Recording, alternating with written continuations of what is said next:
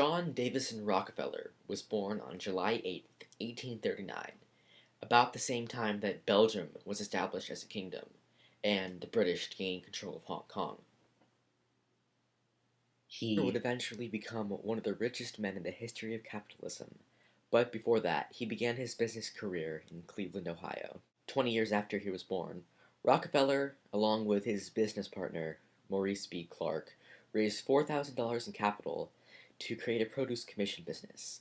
This business had profits every year that Rockefeller worked there. Rockefeller, Clark, and chemist Samuel Andrews, along with a few other partners, built an oil refinery. At this time, commercial petroleum oil was not widely used. Rockefeller bought out all of the other owners besides himself and Andrews. He later bought a second refinery in Cleveland. He founded Standard Oil.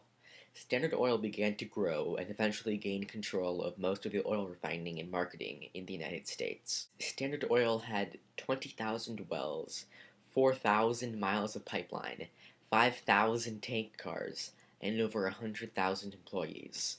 At its peak, Standard Oil Company refined 90% of the oil that was being refined in the entire world. The U.S. Supreme Court found Standard Oil to be violating the Sherman Antitrust Act. Standard Oil was divided up into 34 different companies. Some of these companies became Chevron, Exxon, Mobil, Conoco, and Pennzoil. Rockefeller owned about 25% of its stock. Therefore, he owned a quarter of each of the 34 new companies' stock.